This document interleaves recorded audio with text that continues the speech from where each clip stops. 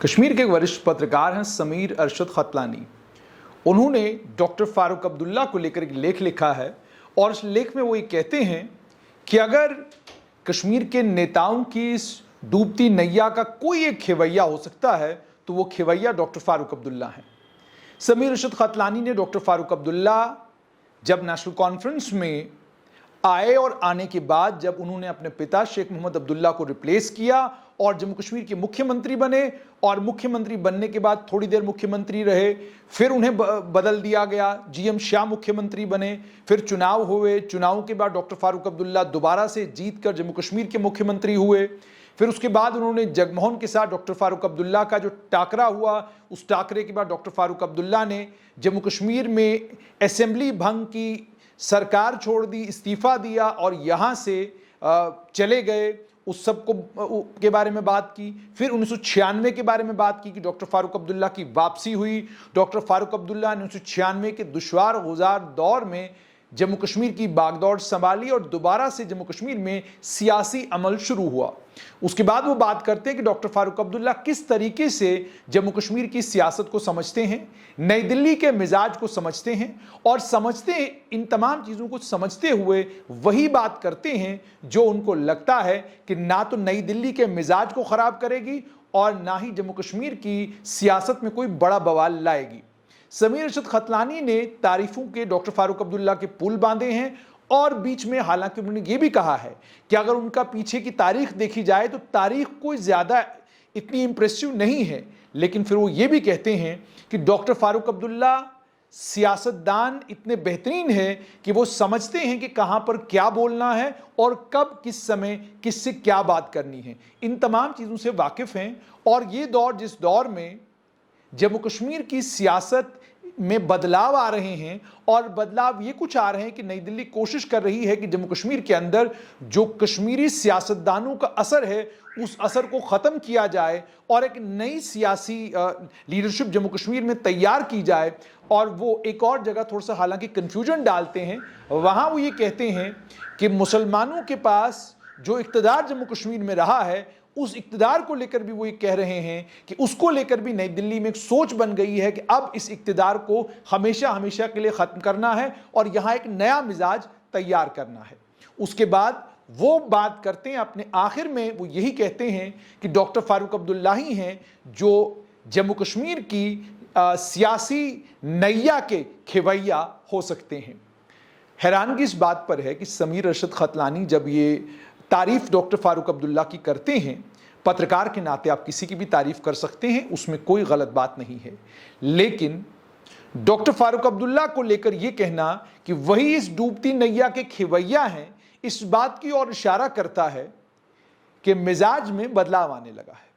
वो लोग भी जो कल तक डॉक्टर फारूक अब्दुल्ला को नॉन सीरियस पॉलिटिशियन समझते थे, वो लोग भी जो कल तक समझते थे कि डॉक्टर फारूक अब्दुल्ला वो सियासत नहीं करते जो सियासत उनको जम्मू कश्मीर में करनी चाहिए, डॉक्टर फारूक अब्दुल्ला को नई दिल्ली को लेकर जो रुख हुआ करता था उस रुख को भी क्रिटिसाइज किया करते थे, जब वो लोग भी ये कहना शुरू करें कि डॉक्टर फारूक अब्दुल्ला जम्मू कश्मीर की सियासी नैया जो डूब रही है उसके खेवैया हैं,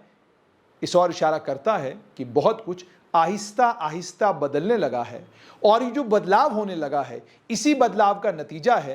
कि अब डॉक्टर फारूक अब्दुल्ला के हक में लेख भी लिखे जा रहे हैं और ये भी कहा जा रहा है कि अब अगर कोई उम्मीद की किरण बाकी हैं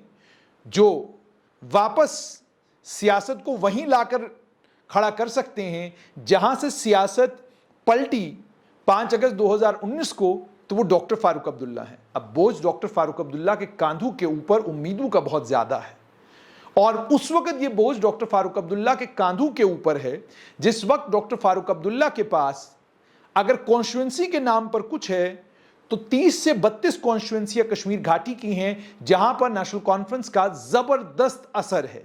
बाकी कॉन्स्टिट्यूएंसीज में जो बाकी घाटी की 15 कॉन्स्टिट्यूएंसीज हैं, उन 15 कॉन्स्टिट्यूएंसीज में बाकी सियासी जमातों का असर है। बाकी सियासी जमातें भी उतनी ही मजबूत हैं जितनी प्रेजेंस वहां पर नेशनल कॉन्फ्रेंस की है। जम्मू संभाग में पुंछ के इलाके में कुछ कुछ नेशनल कॉन्फ्रेंस है, लेकिन बाकी जम्मू संभाग में नेशनल कॉन्फ्रेंस को अपना वजूद तलाश करने की इस वक्त जरूरत है। एक वक्त था जब नेशनल कॉन्फ्रेंस को 2/3 बहुमत मिला था, 2/3 2/3 मेजॉरिटी मिली थी। 1996 का वो दौर था। उसके बाद वो कभी रिपीट नहीं हुआ और नेशनल कॉन्फ्रेंस की जो ताकत थी वो डिप्लीट होती गई, कम होती गई। एकमात्र ताकतवर लीडर जो जम्मू संभाग से नेशनल कॉन्फ्रेंस के साथ जुड़े हुए थे, देवेंद्र सिंह राणा, वो एक लंबे वक्त तक प्रोविंशियल प्रधान तो नेशनल कॉन्फ्रेंस के रहे, लेकिन नेशनल कॉन्फ्रेंस को उन्होंने किसी जम्मू संभाग के किसी एक जिले में बहुत मजबूत किया हो और उस मजबूती के चलते नेशनल कॉन्फ्रेंस ने वहां से कोई बड़ा सियासी मैदान मारा हो, ऐसा देखने को कहीं नहीं मिलता। आप उस पूरे टेन्योर को याद करें और उसके बाद आप ये देखें कि नेशनल कॉन्फ्रेंस का नतीजा क्या था। लेकिन नेता बड़े थे, लीडर बड़े थे, कम से कम नेशनल कॉन्फ्रेंस की नुमाइंदगी करते थे, नेशनल कॉन्फ्रेंस की बात करते थे और लोगों को जोड़ने की ताकत भी उनमें थी। वो पार्टी छोड़ चुके हैं। अब नेशनल कॉन्फ्रेंस जम्मू संभाग में जो है, जिन नेताओं के कांधों के ऊपर है, उनके ऊपर जाहिर सी बात है बोझ बड़ा मुश्किल है और इस मुश्किल दौर में उनको काम करना है। नेशनल कॉन्फ्रेंस वो ताकतवर जमात जिला डोडा में अब नहीं रही है, ना जिला किश्तवाड़ में, ना जिला रामबन में, ना रियासी में अब वो दबदबा नेशनल कॉन्फ्रेंस का है जो एक वक्त में हुआ करता था। और राजौरी पुंछ में भी बहुत कुछ सियासी तौर पर पिछले सालों में बदल गया है। इसीलिए मैं कहता हूं, जब आप आंकलन करना शुरू करें, जब आप एनालिसिस करना शुरू करें सियासतदानों का और उन सियासतदानों पर तकिया और उन सियासतदानों पर अपनी उम्मीदें 3 गुना 4 गुना बढ़ा दें, तो जमीन का भी आकर एनालिसिस करें, मालूम करें जमीन पर उस सियासी जमात की इस वक्त हालत क्या है, जो सियासी जमात एक वक्त जम्मू कश्मीर की नुमाइंदा जमात हुआ करती थी। जब मैं जम्मू कश्मीर की बात कर रहा हूं तो मैं जम्मू खित्ता की बात भी कर रहा हूं और कश्मीर खित्ते की बात भी कर रहा हूं। कश्मीर से एक अच्छा खासा नंबर लेकर नेशनल कॉन्फ्रेंस आती थी, लेकिन उतना नहीं बल्कि उससे कुछ कम नंबर उन्हें जम्मू से भी मिलता था। लेकिन आज उन इलाकों में, जिन इलाकों में एक वक्त में नेशनल कॉन्फ्रेंस की तूती बोला करती थी, आज उन इलाकों में नेशनल कॉन्फ्रेंस के पास चुनाव लड़वाने के लिए, इलेक्शन में उतारने के लिए एक ताकतवर कैंडिडेट भी नहीं है। और अगर नेशनल कॉन्फ्रेंस कोई कोशिश कर रही हो या जमीन पर उतरकर अपनी पार्टी को मजबूत करने की कोशिशें कर रही हो, ऐसा भी नजर नहीं आता कि पार्टी के स्ट्रक्चर को मजबूत कर रहे हैं, पार्टी के स्ट्रक्चर को और ज्यादा वाइब्रेंट बना रहे हैं, ऐसा नजर आ रहा हो, ऐसा भी जमीन पर कहीं नजर नहीं आ रहा है। इसीलिए हालात ऐसे हैं कि इन हालात में डॉक्टर फारूक अब्दुल्ला एक कद्दावर सियासी शख्सियत जरूर हैं। डॉक्टर फारूक अब्दुल्ला दिल्ली को समझते हैं, इसमें भी कोई शक नहीं। डॉक्टर फारूक अब्दुल्ला हर पॉलिटिकल सेटिंग में सेट हो सकते हैं, इसमें भी कोई शक नहीं। डॉक्टर फारूक अब्दुल्ला कोई भी एक नया अलायंस कर सकते हैं, इस पर भी अगर शक किया जाए तो गलत होगा, शक नहीं किया जा सकता। और अभी भी उनमें वो ऑरा है, अभी भी उनमें, उनकी शख्सियत में वो कैरिस्मा है कि जब वो किसी भी जगह आते हैं तो रौनक महफिल बन जाते हैं। लेकिन रौनक महफिल बनने का कतई भी ये मतलब नहीं कि अब सियासी तौर पर भी डॉक्टर फारूक अब्दुल्ला उतने ही ताकतवर हैं जितने ताकतवर एक वक्त डॉक्टर फारूक अब्दुल्ला हुआ करते थे। जम्मू कश्मीर की सियासत में बहुत सारे और बदलाव आने वाले दिनों में आने जा रहे हैं। उन बदलावों के बाद जम्मू कश्मीर की सियासत कैसी दिखेगी, उसको इस तरीके से समअप किया जा सकता है कि जम्मू संभाग या जम्मू प्रोविंस ये तय करेगा कि जम्मू कश्मीर का चीफ मिनिस्टर जो बनेगा वो कितनी देर के लिए किस रीजन का बनेगा। जम्मू रीजन ये तय करेगा कि जो भारी भरकम पोर्टफोलियो हैं वो किसके पास रहेंगे। जम्मू रीजन ये तय करेगा कि एडमिनिस्ट्रेशन जो जम्मू रीजन की है उसमें फैसला कुन जो रोल होगा वो जम्मू रीजन के लीडरों का, जम्मू रीजन के रहनुमाओं का होगा।